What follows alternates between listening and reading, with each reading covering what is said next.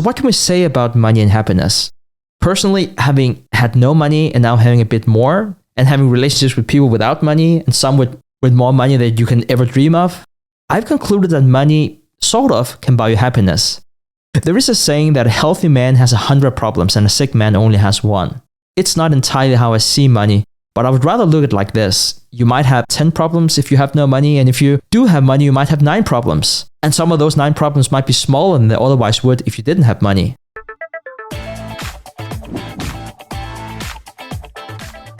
You're listening to The Investors Podcast. I'm your host, Stig Brodersen, and I'm very excited about telling you about my journey into financial independence. And to give you structure in this episode, I divided it up into 13 sections. Now, these are not chronological, but they're aimed to be somewhat in that order to allow me to deviate into various stories. And it goes directly into the first point, which is about how most people overestimate what they can do in a year and underestimate what they can do in a decade. Now, I started the Investors Podcast Network, and I might be calling that just TIP the rest of the episode, so please bear with me. And I did that together with my co-founder, Preston Piss, back in 2014. At the time, we were very much influenced by online businesses. And what the main focus was to talk about Warren Buffett and his investment strategy. The people we looked toward the industry were not stock investors, but those who set up online businesses. We even bought and still own the URL createpassiveincome.com, and we never used it, but it says something about where our head was at the time that we started the company. Now, we made the conscious decision that we didn't want to make any money in the first year and completely focus on growing our audience. My wife and I had 2 full-time salaries, no kids, and we were both teaching. So the strategy made financial sense, or at least it did to us. So, well, off we went. Now, Preston and my podcast quickly changed its name from The Investors Podcast to We Study Billionaires because we, after 3 episodes about Warren Buffett, thought we should talk about something new, preferably study the success of billionaires. Our downloads were in the thousands per month after the first year, and we were very excited about starting monetization. Now, this might sound laughable, but I thought we could likely make $100,000 per month eventually, though I would be happy to start with a lot less. And I was dreaming of making, 10,000-ish revenue per month. So you can probably imagine my excitement when we, after a year, quote unquote, turned monetization on. And, well, I'm going to say that we turned it on. We didn't turn anything on. And I honestly don't remember exactly how much money we made whenever we made a conscious decision to make money. But aside from minor book revenue we already had before we started TIP, I want to say it was something along the lines of $100 combined per month.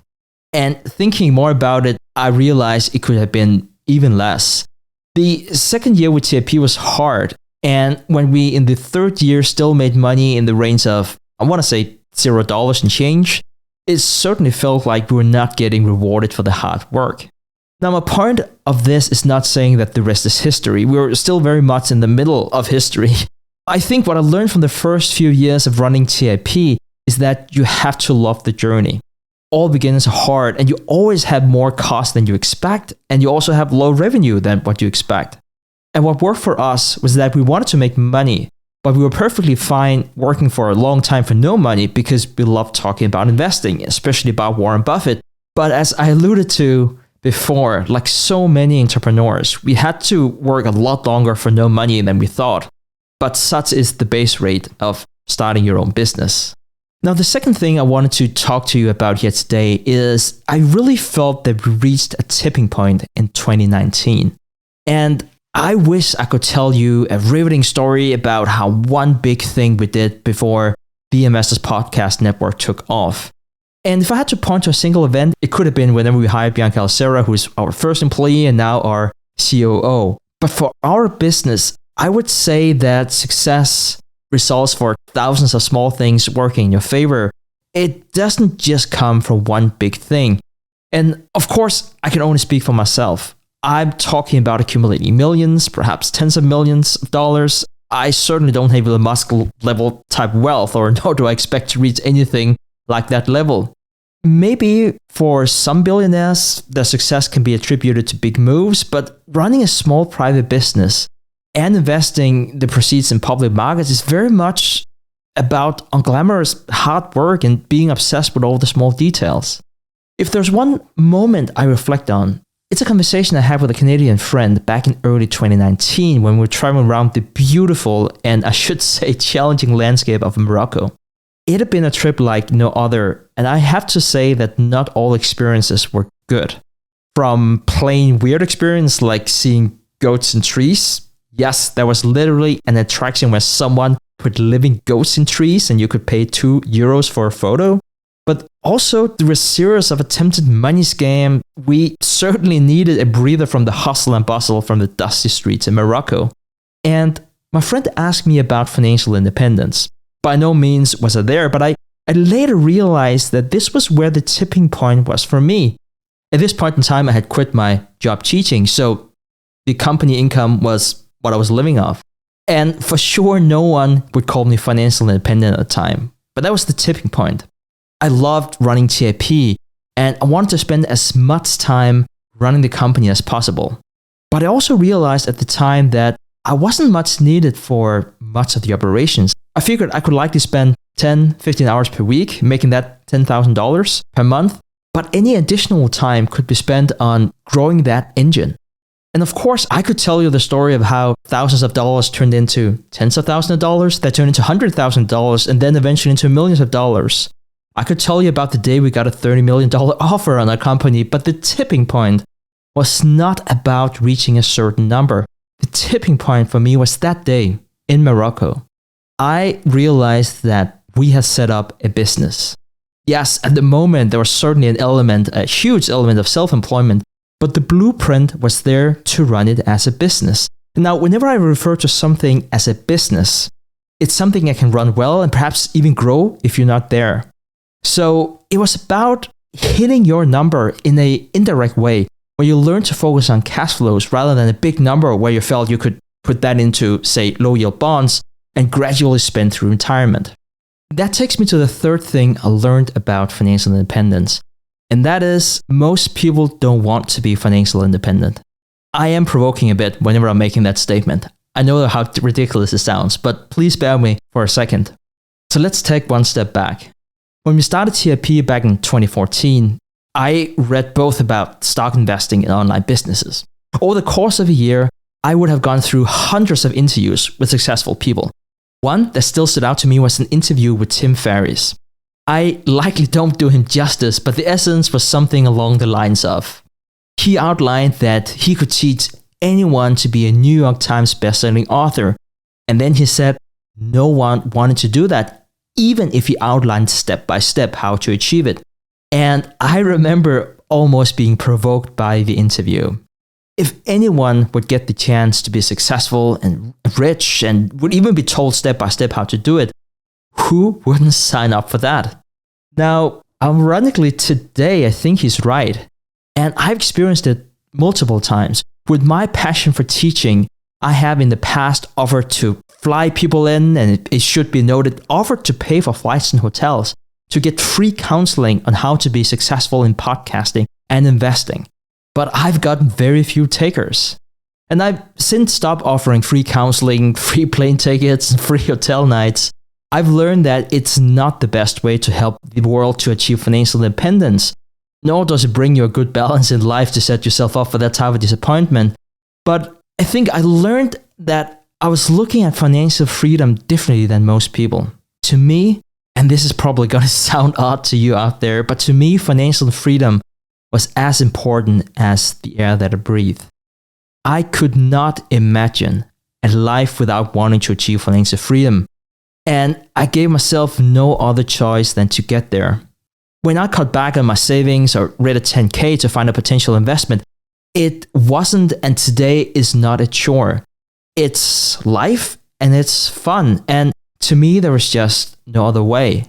And I realized for others to get a free ticket to Denmark, a free hotel, a free guidance, step-by-step guide to financial independence, that is just a bit inconvenient. Financial freedom was great as a concept, but the person would never get there because choosing financial freedom is a way of living your life and immersing yourself in that journey. And that's just not how the vast majority of people are wired. And I'm not talking about the listeners of this show. There's a clear selection bias to those who listen to our show and who are financially independent or want to be financially independent. They say that you can have anything but not everything in life. And when you observe what other people choose, not what they say, but what they do, they don't want financial independence. Okay, you can likely hear that I'm stepping into Tim Ferriss's shoes here, and yes, I am provoking a bit here on purpose. But I truly mean that if you ask people if they want financial freedom without making any sacrifice, everyone, including me, would of course say yes. But when you ask if they would be willing to step up to the plate and do it, they just don't want to do it. Most people don't prioritize financial independence, and that is perfectly fine. Different strokes for different folks. There is no secret to getting rich fast. The not so well kept secret is that no one wants to get rich slowly. And here's the interesting thing. Whenever you start talking to people about money, sometimes they would say, well, money can't buy you happiness. Or they would say, oh, if only I had more money, then I would be happy. So that takes me to the fourth point I learned about financial freedom. Money can sort of buy you happiness. And I should first note that it's not a popular statement to say that money can buy you happiness. After all, if you have money and others don't, and you say that it buys you happiness, you're just a bit of a jerk. And the media is very happy displaying billionaires and say, well, he might be a billionaire, but he does not have a happy family life. And that shows that money can't buy happiness. And there is just something about that I don't like. Partly speaks to the idea that we all have this sense of justice, and it can't be fair that billionaires have all of that money and are happier than the rest of us. We have to point to something hard to quantify, such as family relations, and then start judging the other people based on that to find that cosmic justice. Now, I don't intimately know any billionaires. I can't tell you how happy they truly are, but when fingers are pointed at successful people in general, and it's mentioned that that billionaire XYZ got divorced, I feel that it's been hinted that the person must have been so obsessed with money that it cost him his marriage. And please forgive me, I could not help myself but revert the problem and instead looking at divorce rates for rich people. But before I do, I can just anecdotally say that I certainly know a lot of people who have gotten divorced who have never been obsessed with money or careers. It's not a one-way street. Just like you can't say that a person with a lot of money must be unhappy if he got a divorce, you can't say that not having money automatically means that you will never get divorced. But I found this one statistic I wanted to share with you. This is not for billionaires per se, but this is the divorce rates for people with college degrees in the US. That is 30% compared to 4% overall. And then, of course, I can't help myself but say I don't buy into the notion of zero divorces. In many countries, divorce rates are much lower than in the States, but a lot of those places you probably don't want to live. Now, my point isn't to debate divorce rates, but rather to say that I don't find any data showing that rich people are unhappier or have worse family relationships. Yes, that is what we see whenever we watch Successions and Billions and narrative that Hollywood presents. But think about it in this way. Would you watch the show if they were better looking, richer, and happier than you? We probably wouldn't. So what can we say about money and happiness? Personally, having had no money and now having a bit more, and having relationships with people without money and some with more money than you can ever dream of, I've concluded that money sort of can buy you happiness. And yes, this is a good reason why you likely want to be financially free if you're not already. There is a saying that a healthy man has 100 problems and a sick man only has one. It's not entirely how I see money, but I would rather look at it like this. You might have 10 problems if you have no money, and if you do have money, you might have 9 problems. And some of those 9 problems might be smaller than they otherwise would if you didn't have money. And no, money can't buy you good health, but it can buy better treatment and increase your odds of getting healthy. And money cannot buy good family relationships, but money can allow you to see your family more often. And no, money can buy you true friends, but it can give you experiences together with your friends and buy you time to listen to each other's problems and feel heard, feel understood. Money can't ensure that you're happy all the time and that you're never unhappy. But if it's done the right way, it can help you live a life that's just more aligned with who you are. But then you might ask, how much is enough? And I wanted to ponder that question as the fifth section here for this episode. We live in a world of inequality, and if you put me on the spot, I would argue that we always have and always will. It's inherent in who we are as people. Now, the French economist Thomas Piketty found that throughout recorded history, the richest 10% always had between 60 and 90% of all wealth. When it neared the 90%, there would be revolts and it would go down towards 60% again, but never towards full equality. I often speak with people who say, it's crazy to have money and not spend it. And to that I think to myself, it's crazy to spend your money so you have to work for it afterwards. There is nonetheless a selection bias. Self-made rich people spend less than they make and invest the difference. It's that simple and it's that hard. Spending less money than what you make is half the battle, but it's the battle that most people never survive. But if you manage to spend less than what you make and invest the difference, how much is enough? Financial literature will give you different formulas for best estimating that based on historical data. They would typically factor in things like your age, income, but one of the simplest and still very useful formulas I've seen is the 4% rule. Now, it's far from perfect, but it goes like this. Based on historical data, you would be able to take out 4% of your principal every year and live off that, assuming that you invested in a passive balanced index such as the global stock market. So let's say that you need $100,000 to live on. You need $2.5 million as your principal, as 4% of $2.5 million is $100,000. This implies that the 4% number should be enough to withstand inflation and short-term volatility. And you can of course fill in the numbers that work for you. If you need $200,000, you would have to make it to $5 million in investable assets. As mentioned, this is far from a perfect system, and I have previously mentioned in other episodes that I will link to in the show notes that I have some concerns about having a portfolio that's invested only in stocks. I do, however, think that the 4% rule is good to give you a ballpark number of how much money you need to achieve financial freedom. Also highlights that inflation is a real tax and what it can do for your odds of achieving financial freedom if you learn how to invest and do it better than the market. Now, at this point in time, I can already hear your head spinning. And you're probably thinking, well, Stig, that 4% rule is all good and well, but are you saying that we need to get to 2.5 million or 5 million? And how do we get there in the first place? And that sort of like takes me to point 6 here in this episode. How do we get there?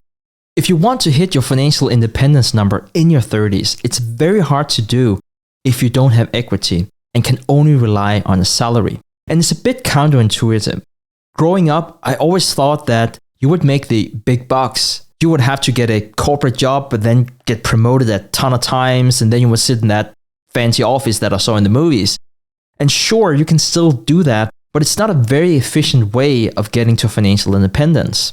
Now, it is possible to retire based on salary, but you typically need to climb the corporate ladder for a long time before doing so. But while you do that, it's very hard not to be susceptible to lifestyle creeps that won't allow you to set money aside and invest wisely.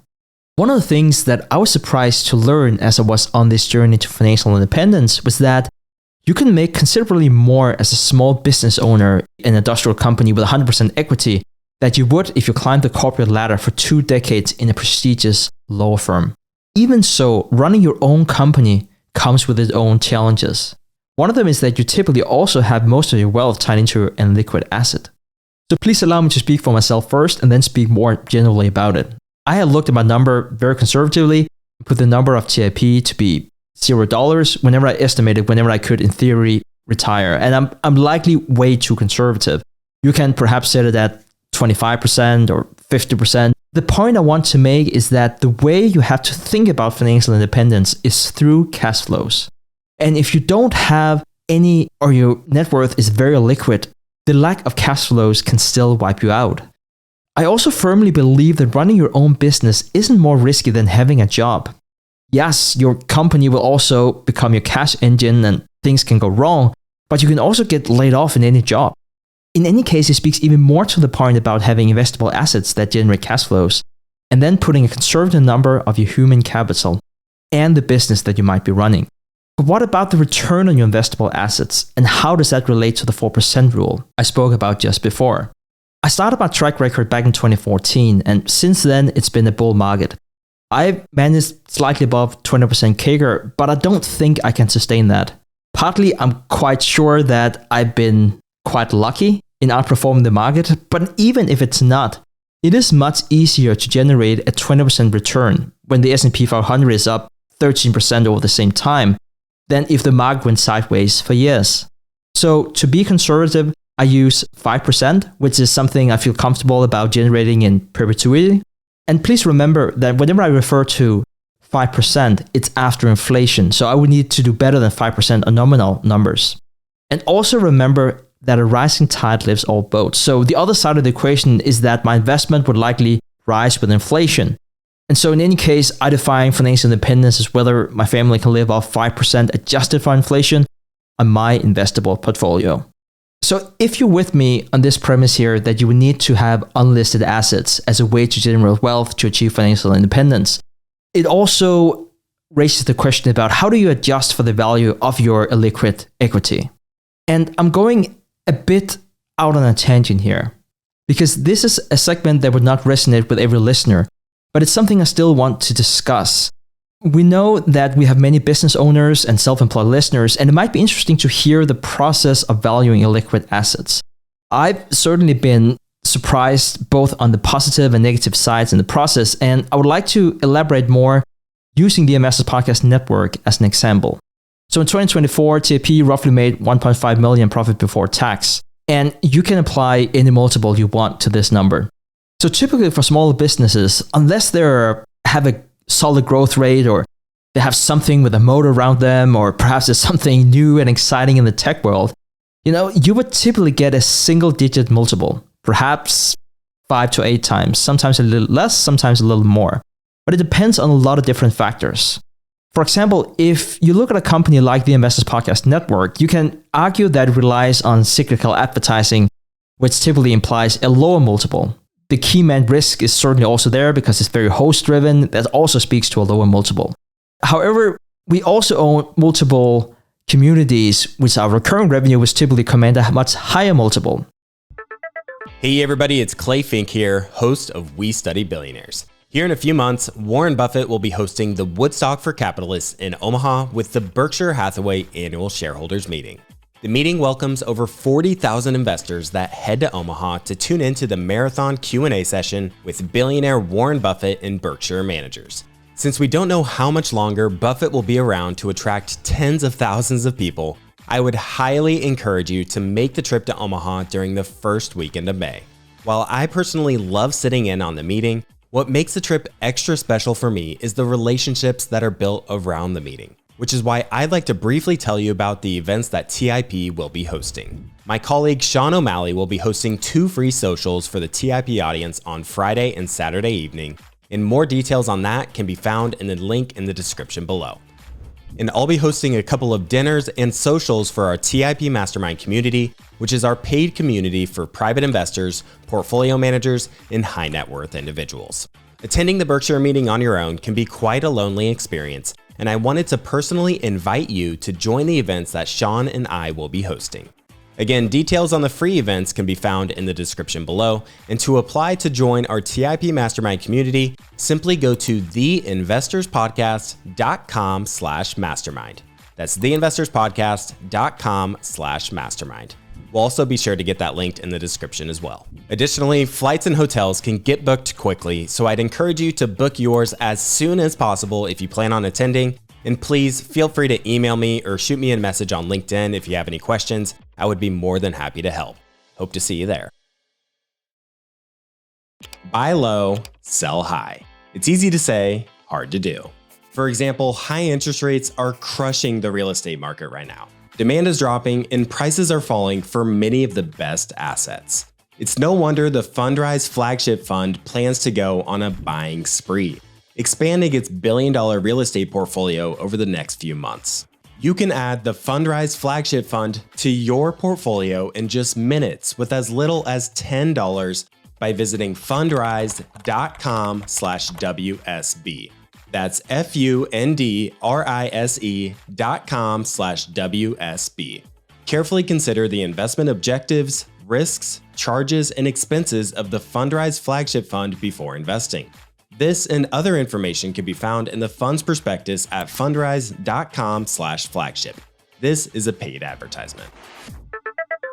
If you look at the public markets at the moment, it's not uncommon for recurring revenue businesses with margins like TIP that are in excess of 50% to be, let's say, 25 times earnings, sometimes even higher than that. So you might wonder why the multiples are so different in private and public markets. And one thing is that public markets really like recurring revenue and stability because the opportunity costs are very often treasuries that are similar but typically have a lower coupon. So public equity is just perceived in another way that private equity is because you come with different opportunity costs. Private businesses typically also sell for lower multiples because the risk profile is different and it's so illiquid. Of course, the situation can be different if a buyer comes to you. We regularly get asked by various companies if we're interested in being acquired. We're not, but it's also a fun conversation to have. What you experience as a small business owner, especially if interest rate is low, is that you get approached by private equity funds. And they're not so interested in your business. And to be frank, they are more curating different target lists and exploring whether or not you are a motivated seller. And they do that because it gives them a chance to potentially acquire you at a good multiple or to pass you on to another buyer. These are typically not the leads you want to pursue, at least not if you want to get the best valuation. You want to speak with buyers who specifically want your company because it's your company and not because it's on some random list. We recently got approached by a potential buyer who was promising in many ways. It was a multi-billion-dollar company with a highly respected brand and products, and they were quite informed about us and competitors in our space. As they approached us, the conversation is a little bit different. So for example, I emphasized that I wasn't interested in the multiple on the free cash flow. So let's say that I've used a multiple of 10 for a pre-tax profit, 1.5, that would give you a $15 million valuation. Now, I am well aware that we are under-earning, which is something whenever you're the seller, you're supposed to say, but so please take it with a grain of salt. But we know that many of our competitors raise money through the podcast show and typically make significantly more money from that part of the business than from advertising and memberships. And so I came from a place that would consider the 1.5 million pre-tax profits. And then I also wanted to take into account the management performance fees of raising, say, $100 million fund, where some of that would drop to the bottom line. And I don't know where you would land on that valuation, let's say anywhere from $15 to $40 million. So I told you that story partly because it's a fun experience I wanted to share with you, partly because I've learned so much about valuations that I really wish I knew whenever I started on this journey towards financial independence, but it's also because it illustrates how arbitrary a discussion about financial independence can be whenever it's tied to owning equity in a small private business, which is how most people achieve that. And luck plays a big role when you're exiting your business. The stars align and the right buyer comes to you, it's a completely different story than you being a motivated seller due to life circumstances. Even more so, you can't control the interest rate, and whether it quickly goes up, you get widely different valuations for a business that is fundamentally the same.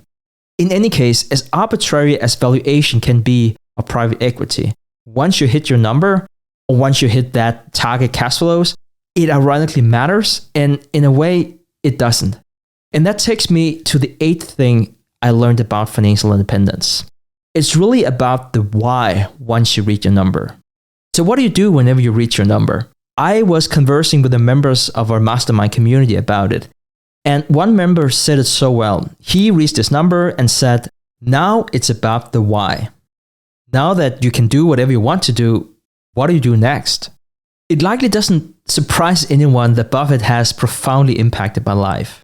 When I started my journey into financial independence, I remember that he said that his life wasn't too different from the rest of us.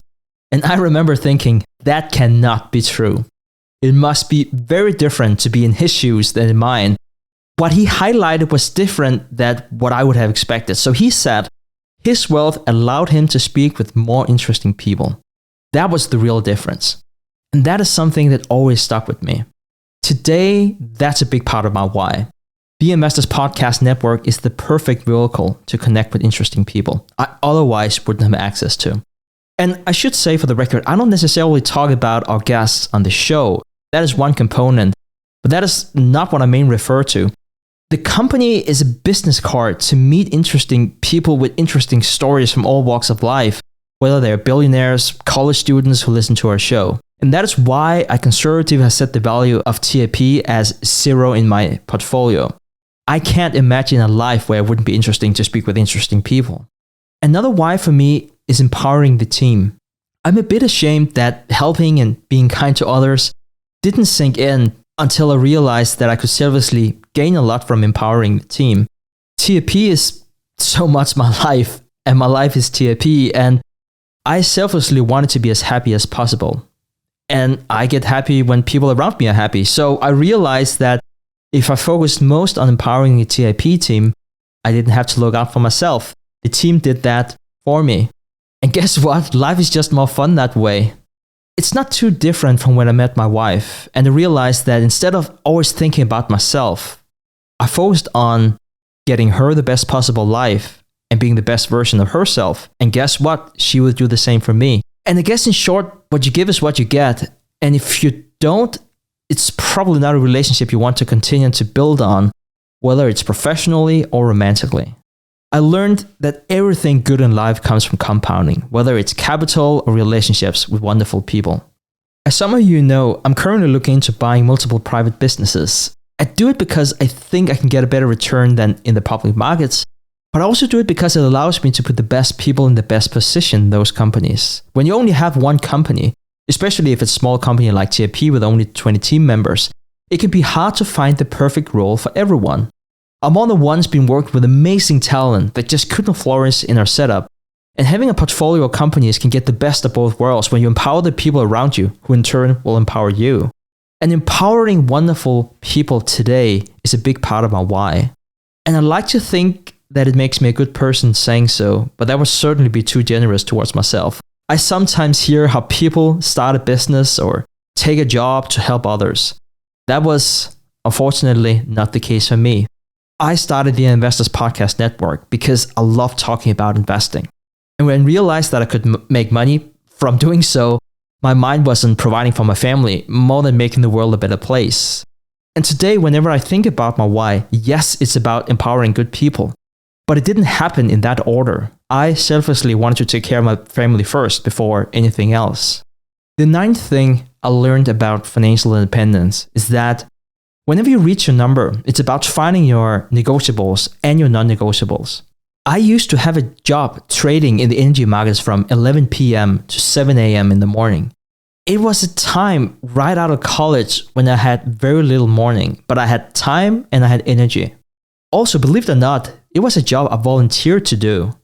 Not so much because it paid more, although it most certainly did, but I could not be a good version of myself if I worked in an open office environment during the day. In other words, working nights were certainly negotiable for me because of the opportunity cost I had back then, and I would not have chosen differently with what I know today. I learned so much from that time that benefit me today. I'm a slow learner, and I sometimes need to experience things for myself for them to really sink in. And having had no money and today having a bit more has made me reflect on what is negotiable for me and what is not. So today my opportunity costs have changed. I won't work from 11 p.m. to 7 a.m. 5 days a week like I used to, regardless of how much you paid me. On the contrary, I run a business where many things are negotiable, which is perfectly fine. I like to stop having calls after 5 p.m. Still, sometimes when family life permits or an outstanding opportunity could significantly impact our earnings power, I would take a later call. And money does that to you. It allows you to decide that you have some things in your life that are just non-negotiable, and some that you are willing to compromise on at the right price.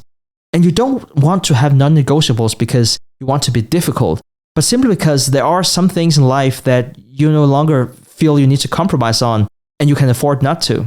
But it can also be too much of a good thing. I've also seen very wealthy people who have too many of those, and it can have a limited effect on their lives. And it might sound ironic, but I think you can lose your resilience and you can damage your character if you have too many things you do not want to compromise on in life. And it's certainly more art than science to strike that balance because you want to reward yourself for having done good, but it has to be done correctly. And that takes me to the next point, and that is point 10. And this is a big one, lifestyle creeps. Because perhaps the most challenging aspect of having financial independence is the lifestyle creeps. When I started on my journey and first learned about financial freedom, it was from a friend of mine who told me about a book he read about creating passive income and how that could lead to a life of abundance. And I should say that the idea of passive income certainly appealed to me. And I started reading everything I could to find how to achieve that. And I'm not going to say anything new here when I say that keeping your expenses low is at the very core of financial independence. And even if you do manage to create passive income, that money can quickly be spent on your new lifestyle. And at the time, I just started in my first job. And in a household, we were spending just in excess of $4,000 net of taxes every month. And so my wife and I went through every expense every month in an Excel spreadsheet to discuss our spending.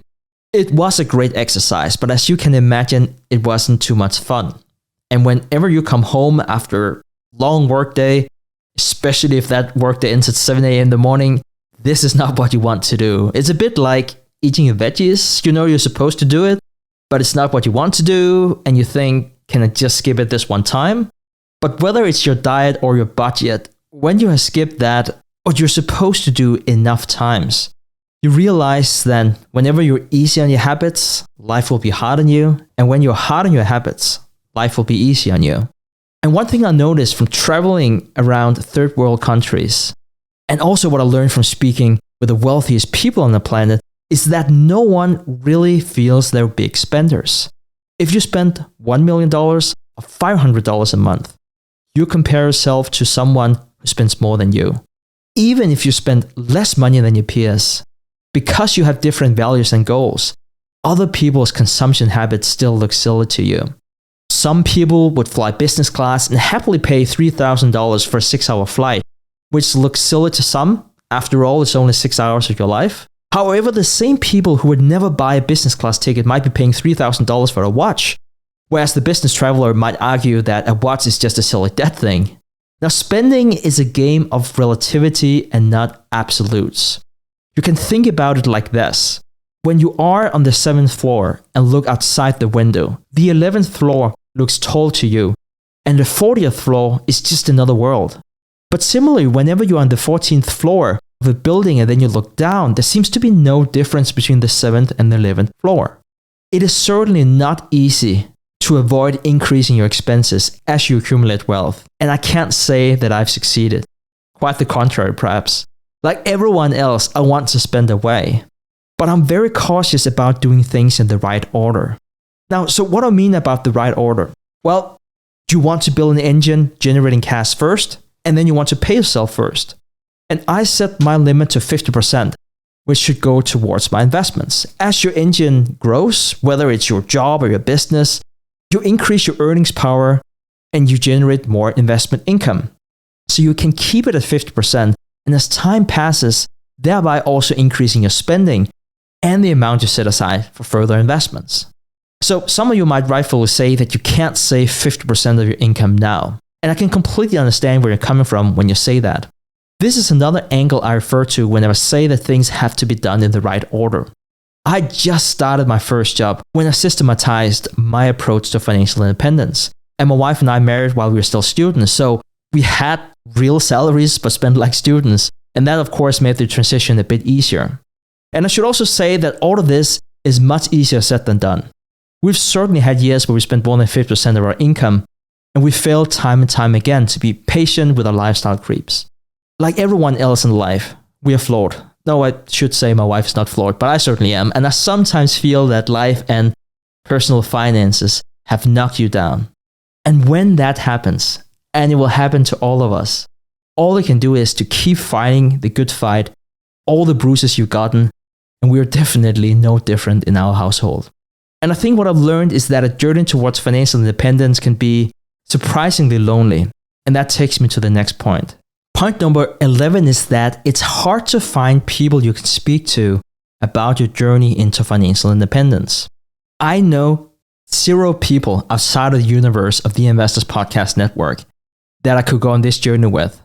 Now, please don't get me wrong. I've certainly tried. I have friends I've talked to multiple times, but most people just want to talk about financial independence.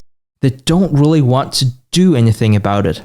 Like I alluded to previously in this episode, Most people come from a place where they would like to become multimillionaires if they can do it relatively quickly and without too much inconvenience. But I've met no one outside of the TIP universe and the value investing community that have taken their journey seriously. And why should they?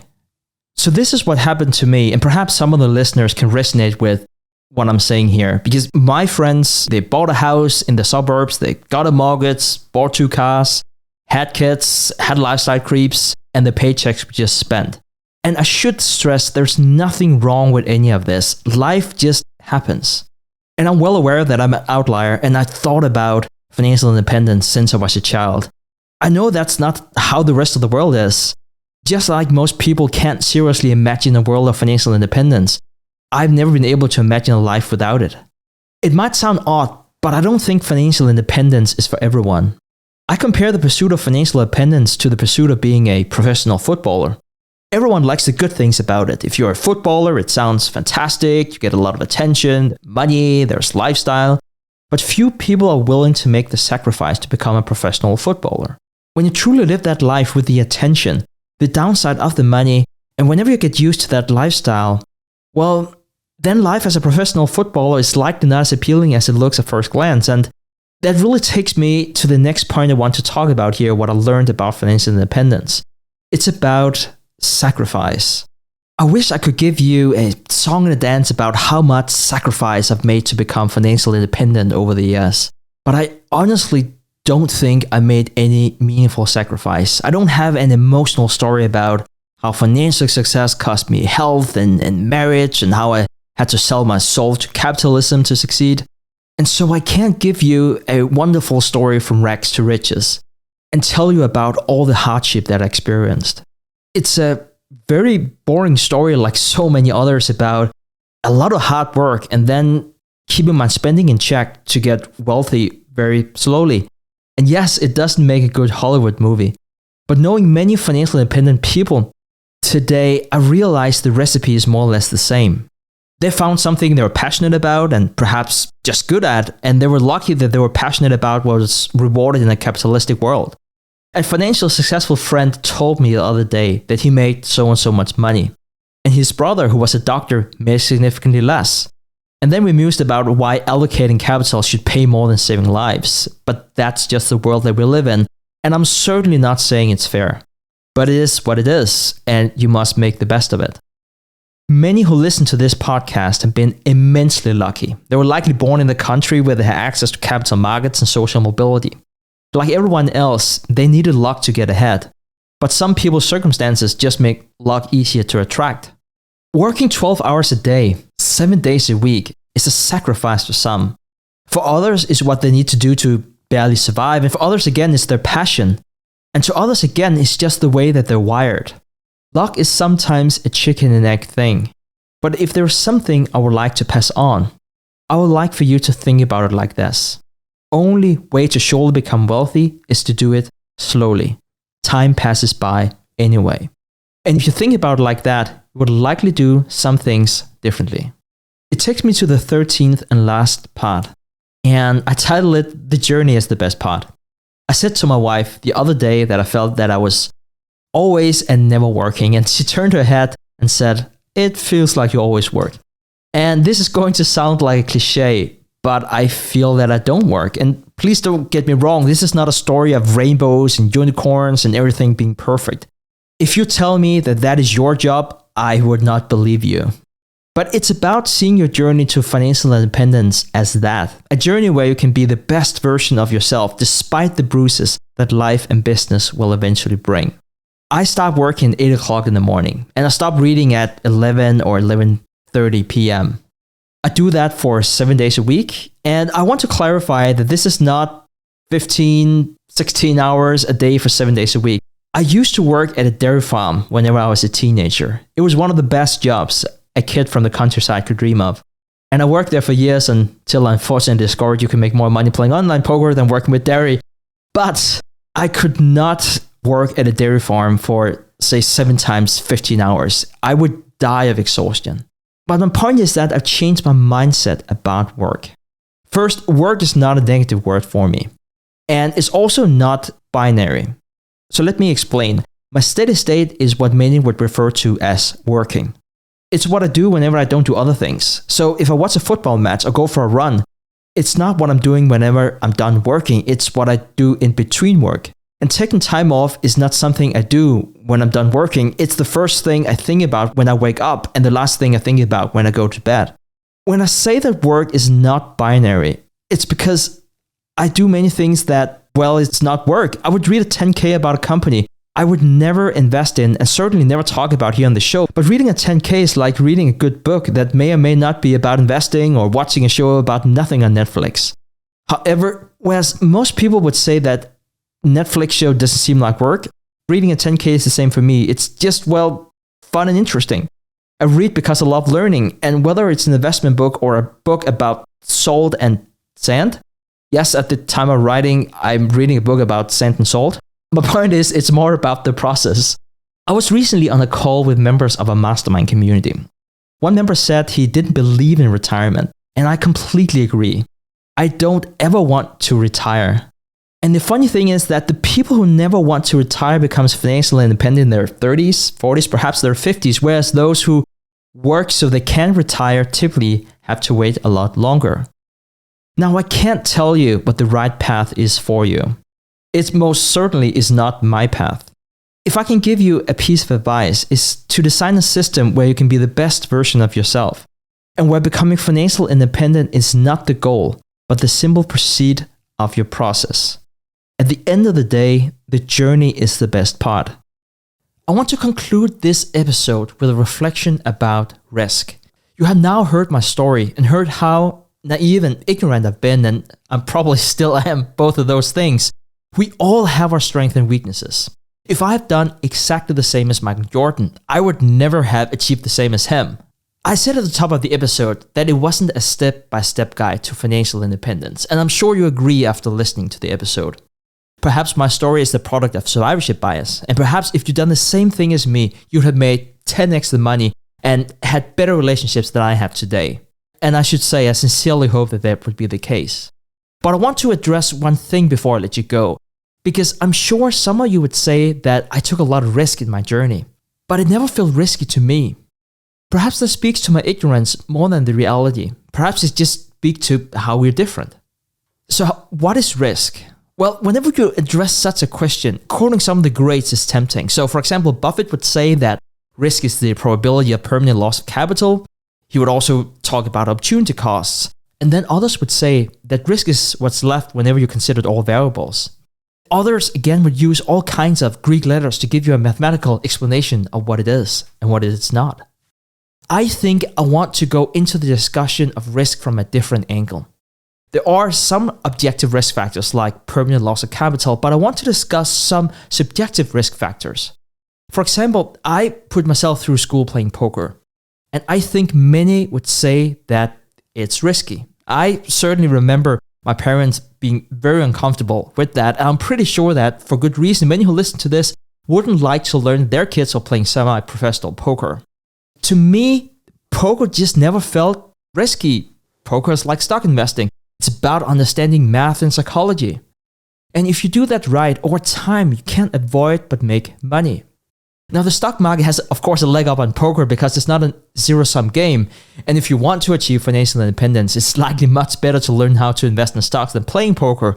So I hope it doesn't come across the wrong way whenever I'm saying this. But the point is this, to some people, and I would imagine for many listening to this, poker sounds risky, whereas stock investing does not. And I would ironically also imagine that many of your friends think that you're a risk taker because you invest in the stock market and they have their savings in a safe money market fund, and that is not the risky part. But a money market fund probably to you sounds risky because you know stocks and you know that over the long run they perform better and they won't be diluted by inflation and taxes the same way as a money market fund. So risk can be quite subjective to who you are, to your skill set, and to your personality. I've seen people at the poker tables losing their shirt, and great poker players who made money as it was their office job and they could stop at any time they wanted. Similar, I've seen people enjoy beer, and I met people who had terrible addictions to alcohol. And I can't tell you why some people have addictions and others do not. I can only share my observations. What is risky to one person might not be to another. We all shape our experiences. I recently read this book called The Wealth Elite, which was a series of interviews with ultra-high net worth individuals in Germany. They all said they felt they took less risk than what others say that they did. And I don't think it's only true for rich people. I think that's true for all of us. Now let me shift gears here. Schools are teaching us to be employees. They don't teach us to be business owners. And they don't teach us to become financially independent through owning private equity. And they certainly do not teach us to take any of that profit from operating businesses and invest in public markets. A friend of mine said to me the other day that nothing is as addictive as cocaine and a salary. He never tried cocaine, but he had a salary for many years and it was very addictive. So he could only speculate on the cocaine part. Now, whenever I started my journey into financial independence, I quickly saw the risk of getting a stable job if I were to reach my goal. Collecting a conventional salary just seemed risky because I looked around and saw my friends get married, buy a house, buy cars, have kids, and I quickly saw where their paycheck went. It seemed very risky because of the probability of getting that addiction to a salary, and the probability of lifestyle creep seemed to be close to 100%. So yes, I know how ironic it sounds that getting a safe, secure job seems risky to me. Now, Munger tells us that we should invest the same way Senkhauser plays bridge. So the question is, how does Senkhauser play bridge? Well, he thinks in probabilities and decision trees, and he knows that risk and investing go hand in hand. And the way that I'm wired, starting my own company, and again, funding all of that proceeds into public markets, seem to be as close as risk-free as anything I can think of. And perhaps you just wired differently. I don't think I'm easy to work with for a boss. Actually, I have a good on court from a previous boss that I'm not. So I would have to assign a relatively high probability of getting laid off by my employer. You are hopefully more easygoing than me, and your probability of becoming financially independent from a salary in a corporation is likely much higher than mine. We all wired differently. We all have different personality, we all have different experience, and we all live in different realities. The path to financial independence are different for all of us. And for many of us, it's not the right pursuit. Doing what I want, with who I want, for as long as I want, is at the very core of who I am and what I want to be. It's never been about seeing a number in my bank account go up, but about the independence and autonomy money brings. It's about being empowered to be the best version of yourself, with all the flaws and shortcomings that you may have. And others would rightfully see the pursuit of financial freedom as maniacal and missing out on what is most beautiful in life, whatever that is for them. But just like beauty, risk lies in the eyes of the beholder. I hope you found this episode inspiring, perhaps even a bit provoked. You may be on your path to financial independence. Perhaps you already achieved it, and perhaps you have deliberately chosen not to go there. Regardless of where you're coming from, I hope you choose the path for you where the journey is the best part. It's a superpower to clone. It's an unbelievable muscle to build. But you've got to make it true to who you are. You've got to make it suit your talents and your temperament. And you don't need to clone everything from the person you're cloning.